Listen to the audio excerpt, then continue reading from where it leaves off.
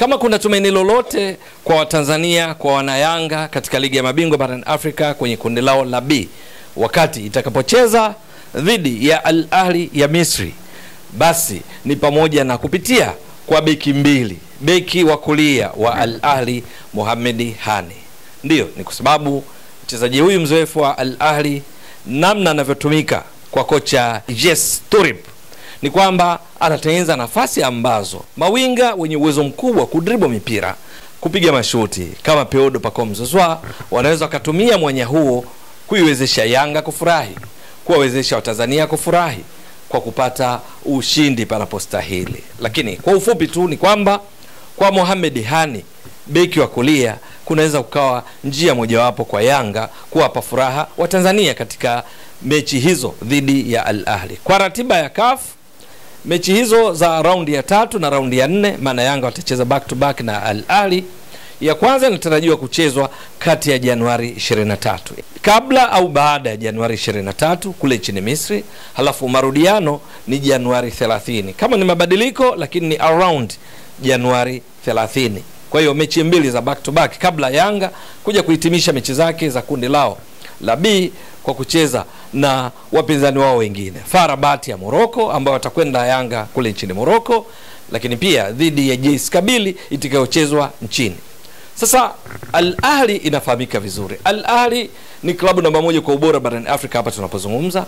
Al Ahli ndio mabingwa wa kihistoria wa michuano hii ya ligi ya mabingwa barani Afrika, wakiwa wametoa taji mara 12. Al Ahli miongoni mwa nyota wake ambao katika miaka ya karibuni wamekuwa kwenye kiwango bora sana hata katika timu yao ya taifa ni pamoja na Mohamed Hani. Huyu ni beki wa kulia ambaye katika mfumo wa Al Ahli kwenye kucheza mara nyingi hucheza baada ya golikipa wanakuwa na walinzi 4, kiungo mmoja, halafu kuna viungo 4, halafu kuna mshambuliaji mmoja. Lakini katika mechi iliyopita dhidi ya FAR Rabat walitoka sare ya 1-1 ugenini, walipanga baada ya golikipa ni walinzi 4, viungo 4, washambuliaji 2. Sasa kwa mpangilio wote ule, Mohamed Hani katika mechi mbili za hatua makundi ligi ya mabingwa barani Afrika kwa msimu huu zote amecheza dakika 180, hakuacha sekunde hata moja. Huyu Mohamed Hani umri wake ni miaka 29 na guu lake lenye nguvu zaidi ni guu la kulia. Yeye Mohamed Hani ni miongoni mwa wachezaji muhimu sana. Sasa Mohamed Hani, kwa kukumbushia tu kabla hatujazama ndani zaidi kwenye muundo wao wa kucheza, yeye ni mzoefu. Amekuwa hapo ndani ya kikosi cha kwanza cha Al Ahli, huu ni mwaka wa 10. Yes. Na amekuwa tangu katika kikosi cha vijana wa Al Ahli na baadaye kupandishwa kuingia katika kikosi cha wakubwa. Katika kuitumikia kwake Al Ahli, miongoni mwa mafanikio aliyopata ni pamoja na kuwa sehemu ya kikosi cha Al Ahli katika kutoa ubingwa wa ligi ya mabingwa barani Afrika mara 4, ikiwa ni pamoja na msimu wa 2019-2020 Al Ahli walitoa ubingwa ligi ya mabingwa barani Afrika. Lakini msimu wa 2020-2021 Al Ahli walitoa ubingwa ligi ya mabingwa barani Afrika, yeye akiwa miongoni mwa wachezaji muhimu ndani ya kikosi hicho. 21-22 hawakutwaa, walishia finali. Lakini 22-23 yeye alikuwa miongoni mwa nyota waliowezesha Al Ahli kutoa ubingwa ligi ya mabingwa barani Afrika. 23-24 walitoa tena ubingwa, yeye alikuwa miongoni mwao.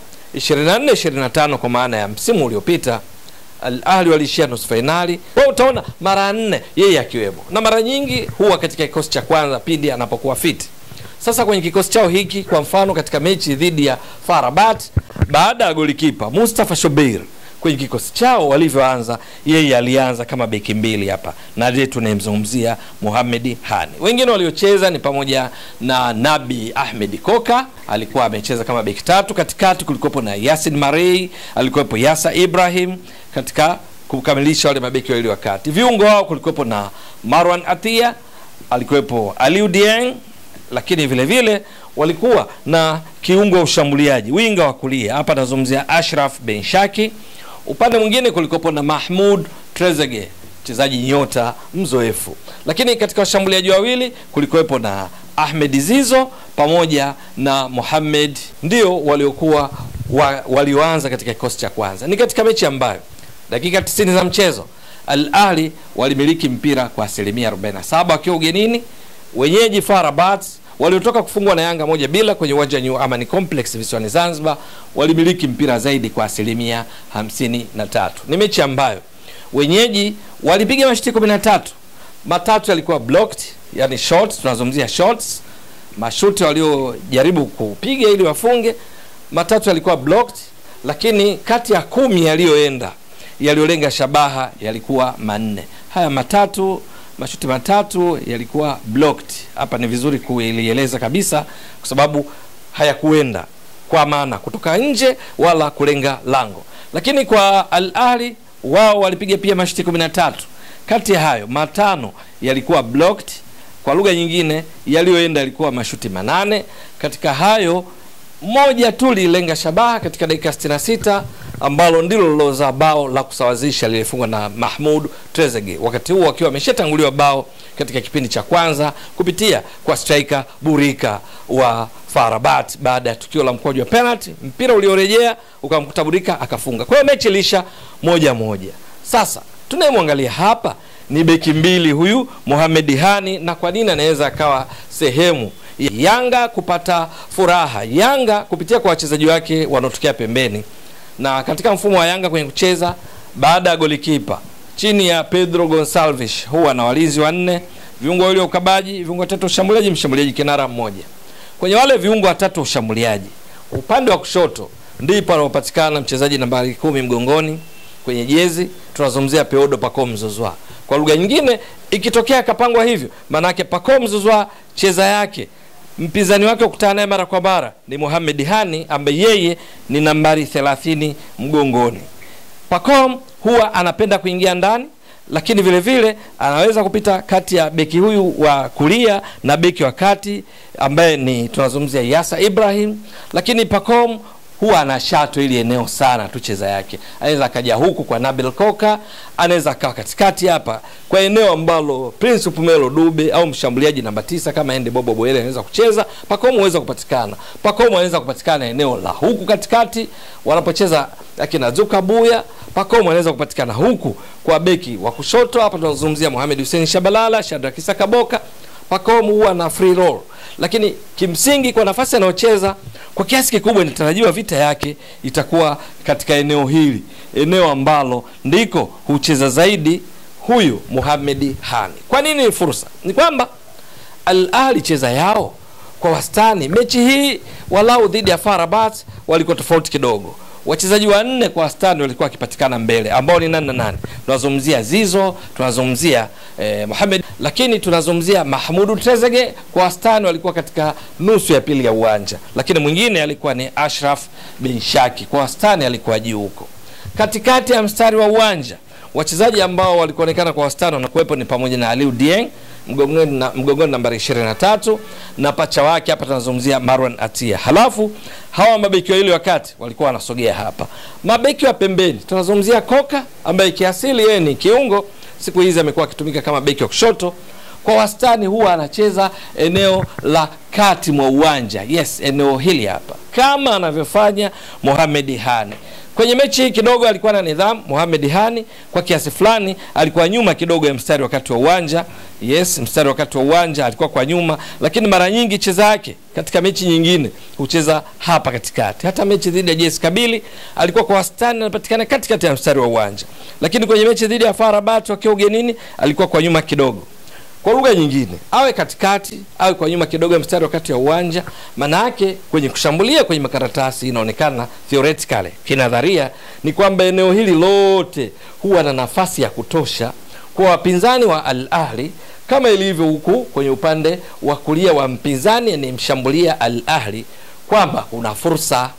Ndio kwamba mipira ikipigwa mirefu katika eneo hilo halafu likampata kiungo ushambuliaji kutokea pembeni aliye na kasi kama Peodo Pacome Zouzoua, manake ni fursa, kwa sababu Mohamed Hani atalazimika kufanya kazi ya ziada kuja kukava ile eneo ambalo kwa wastani huwa hayupo kwenye eneo la kiulinzi.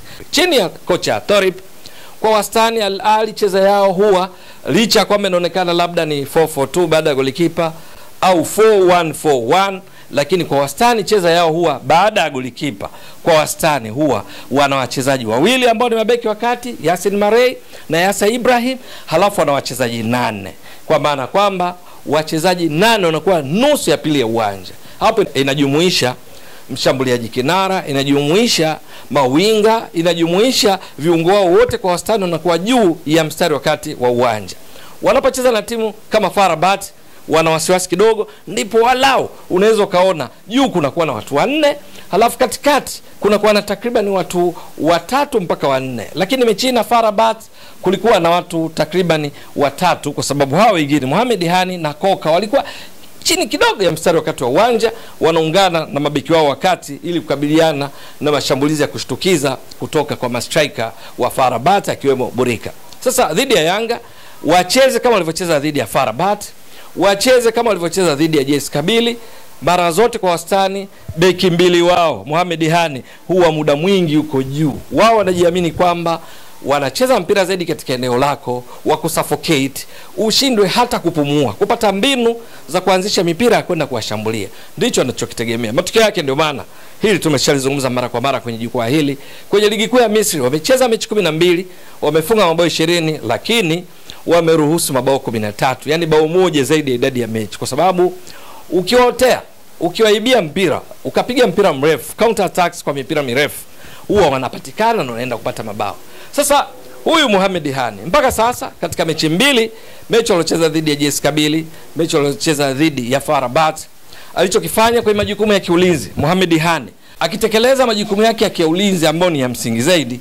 Mohamed Hani kwenye eneo lake hili ambaye ana umri wa miaka 29, na nikumbushie vizuri kabla sijaendelea, beki wake wakati anaikuwa upande wa kulia, center back ambaye ni right sided ni Yasa Ibrahim, ana miaka 31, yeye ana miaka 29 tumetoka kueleza. Halafu winga wake katika mechi aliyocheza dhidi ya FAR Rabat tunazungumzia Ashraf Benshaki, yeye ana miaka 31. Kwa hiyo wakati mwingine support huwa kidogo inapata shida pindi mpira unapokuwa wa ghafla na wa kasi, halafu anakutana mpinzani mwenye kasi. Sasa hili nalo ukichanganya na mfumo wao kwenye kucheza, ndipo ambapo kinadharia inaonekana kuna nafasi, na ndio maana wameruhusu mabao mengi aliyotoka kueleza, ama kupitia upande huu kwa Mohamed Hani au kule kwa Nabil Kok. Kwenye presentation hii focus yake ipo kwa Mohamed Hani, ambako Pacome Zouzoua anapatikana. Pacome Zouzoua mpaka sasa kwenye mechi 2 walizocheza, mechi ya kwanza walishinda 1-0 dhidi ya FAR Rabat visiwani Zanzibar, mechi ya pili waliotoka suluhu dhidi ya JS Kabylie kule nchini Algeria. Pacome Zouzoua kwenye mechi zote ameonekana miongoni mwa wachezaji tishio. Ni kwa sababu gani? Pacome Zouzoua dribbling ni miongoni mwa wachezaji wana dribble sana mipira. Dribble mipira mara 10, iliyofanikiwa ni mara 5. Miongoni mwa mawinga wa kushoto, kwa sababu Pacome Zouzoua kwa imekaratasi anaonekana ni winga wa kushoto, walio dribble sana mipira yeye ni namba 1 kwa idadi hii ya mipira aliyofanikiwa 5. Dribbling ni kokota mipira, kupiga chenga na kutenza fursa kwa wenzako, huku pia ukifanikiwa kuvuruga mpangilio wa kiulinzi wa timu pinzani. Shepu yao unaivuruga kwa sababu ya uwezo wa kuwafuata na mpira, kuwapiga chenga, kuwapasua kwenye mistari yao ya kiulinzi. Pacome Zouzoua excellent katika eneo hilo. Lakini anakutana na Mohamed Hani ambaye mpaka sasa kwenye mechi 2 amepitwa na wapinzani wake mara 2. Yaani majaribio yake katika kuwazuia yameshindwa mara 2. Amepitwa mara 2. Wakati anakutana na Pacome ambaye amewapita wapinzani wake kwa kukokota mpira kwa mafanikio mara 5. Nadhani nimeeleweka vizuri. Lakini sio hilo.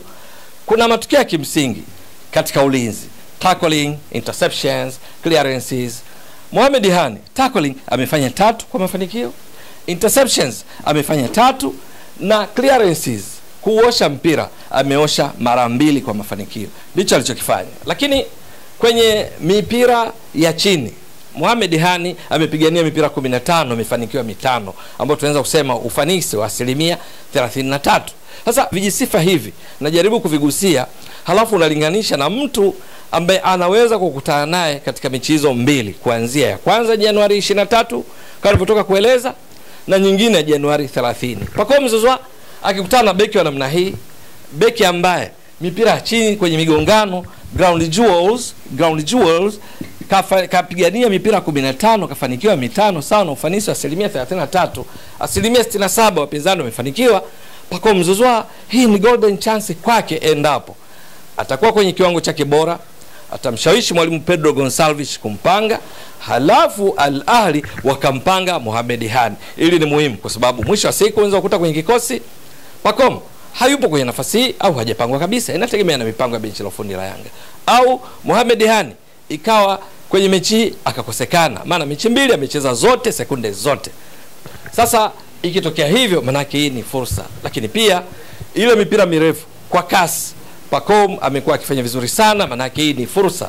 Pacome akiwa anakuja kwa kasi, kwa uwezo wake mkubwa wa kudribble mipira, kuikokota mipira kama alivyomtesa Anas Bashi wa FAR Rabat pale visiwani Zanzibar, maana yake ni kwamba mabeki wa kati sasa kina Yasa Ibrahim, viungo akina Aliou Dieng, Marwan Atia, viungo wa ushambuliaji kama Ashraf Ben Shaki wanaweza kujikuta baada ya kutekeleza wajibu wao ule wa kimsingi wa mara kwa mara, wana focus kwenye kushambulia, wakajikuta na wao muda mwingi wakifikiria namna ya kuzuia hatari kutoka kwa Pacome kwenye eneo hili ambalo anaenda kukabiliana na Mohamed Hani. Kufanya hivyo maana yake kutafungua fursa sasa kwa wengine, Celestine Ekwa au Offense Kola, Edmund John, Maxim Pianzengeli, lakini unazungumzia Mudathi Yahya Abbas, unazungumzia Prince Mpumelo Dube, watakuwa na fursa ya kuenjoy hayo magap, hizo sehemu zitakazobaki wazi kutokana na umakini wa mabeki wa Al Ahly kujikuta wakivutika kwenye upande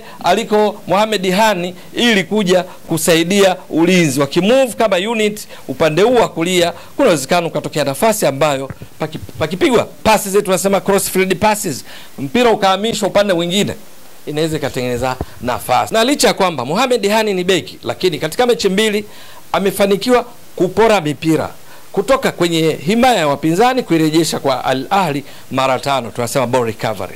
Lakini Pedro Pacome Zouzoua anayetarajiwa kupambana naye kwenye eneo hilo yuko vizuri mno, kwa sababu mpaka sasa katika mechi mbili Pacome Zouzoua licha kwamba ni kiungo ushambuliaji ameshapoka mipira 14 kutoka kwenye himaya ya wapinzani kuirejesha kwenye timu yake. Mechi dhidi ya FAR Rabat aliongoza kwa kupora mipira 9. Mechi dhidi ya JS Kabylie hakuongoza, lakini alikuwa miongoni mwa waliopora mipira mingi, alipora mipira 5. Aliongoza kwa kupora mipira mingi alikuwa Duke Abuya, alipora mipira 7. Mipira 14 katika mechi mbili. Anakutana na mchezaji ambaye yeye kupora mipira ni kwa idadi hiyo 5, ingawa yeye ni beki mbili. Mohamed Hani kama Pacome Zouzoua akawa fiti, naamini anaweza akawa njia mojawapo ya kuipa faraja Yanga kwa kupata mabao kupitia kwake. Na kama sio yeye, yeyote atakayepangwa uchezaji ule wa Thorib kwa beki wake mbili, ni kwamba matarajio anakuwa juu zaidi, huku nafasi kibaki kwenye eneo lake. Ni juu ya Yanga benchi la ufundi kuona namna gani watanufaika kwa aina hii ya uchezaji wa Al Ahly ambayo ina madhara makubwa kwa wapinzani pindi wanaposhambulia, lakini kwao pia wanajihatarisha kwa sababu wanakuwa na nafasi kubwa wazi kwenye eneo lao la pembeni kulia kwa au kushoto kwa mpinzani wakati anashambulia, kulia kwao wakati wanazuia kwa Mohamed Hani mgongoni nambari 30. Nimejaribu kugusia tu yuyu, lakini benchi la ufundi la Yanga chini ya Pedro Gonçalves mafundi sana, wanajua sana jinsi ya kusoma mechi za namna hii, na Yanga kwenye eneo hili wako vizuri na wamethibitisha katika mechi mbili za kwanza kwenye kundi lao la B, na ndio maana hivi sasa waona Al Ahly wote wana pointi sawa, pointi 4. Lakini tu ni kwamba Al Ahly wako juu kwenye kundi lao, wako vinara kwa sababu ya tofauti ya mabao. Al Ahly wamefunga mabao 5, wameruhusu mabao 2. Yanga wamefunga goli 1, hawajaruhusu bao. Yanga ni miongoni mwa timu mbili tu hazijaruhusu wavu wao kutikiswa mpaka sasa, wao na Pyramids miongoni mwa timu zote 16 kwenye hatua ya makundi. Lakini Al Ahly mechi mbili wameruhusu mabao 2. Bao liloruhusu wakati wanashinda 4-1 dhidi ya JS Kabylie na 1-1 dhidi ya FAR Rabat, wakati wao wakipigiwa mashuti 4 ya kulenga shabaha, huku wao wakipiga shuti 1 dhidi ya FAR Rabat. FAR Rabat kama ndo kipimo kinawapa nguvu ya saikolojia Yanga, kwa sababu wao walipiga mashuti 15 kuelekea lango la FAR Rabat, 9 alilenga shabaha. Golikipa Reda Ahmed Tagnuti akafanya saves za nzuri sana 8 na kuruhusu bao 1. Lakini kwenye mechi hiyo ni mechi nyingine kabisa, Yanga dhidi ya Al Ahly. Ni vizuri katika kipindi hiki cha mapumziko ya AFCON benchi la ufundi la Yanga lisipumzike, liendelee kuangalia small details, taarifa ndogo za kujificha, ili mwisho wa siku Yanga iendeleze kile ambacho amekionyesha katika mechi mbili, kucheza kimbinu sana na kwa mafanikio. Wakiwapiga Al Ahly katika mechi mojawapo, bila shaka itakuwa ni boost, itawainua sana na kuwajengea nguvu ya kuelekea kufuzu kwa hatua robo finali ligi ya mabingwa barani Afrika, kwa sababu mpaka sasa safari bado, pointi 4 bado sana, lakini wameanza vizuri. Itakuwa vipi? Ni pamoja na kuangalia namna ya kunufaika na aina ya uchezaji wa Al Ahly ambao hivi karibuni wamekuwa hawaheshimu wapinzani wao, wanarundika watu wengi kwenye nusu ya pili ya uwanja, wakiamini juu ya uwezo wao, wakiamini kwamba kwa kufanya hivyo kunawafanya nyinyi msipate fursa ya kwenda kuwashambulia. Hatari ni kwamba mpinzani anaposhambulia anajiwekea na nasibu kubwa ya kufunga. Yanga lazima wasome juu ya namna wanavyocheza na kunufaika na hizo gaps, nafasi nyingi za wazi wanazoziacha Al Ahly wakati wengi wanapokuwa juu, na nafasi mojawapo ni kwa huyu mwamba Mohamed Hani, mgongoni nambari 30, urefu 5 na inchi 10, miongoni mwa wachezaji muhimu, nyota katika klabu hii. Je, itakuwa vipi? Ni swala la kusubiri. Ewe mtazamaji wa Mbwaduke Stats Sport Next Level, endelea kuunga mkono channel hii kwa kuhakikisha kama una subscribe, una share, una like na kucomment. Mwasilishaji wako ni mimi Ramadhani Mbwaduke, almaarufu kama Mzee wa Data. Shukran jazilan. Bye bye.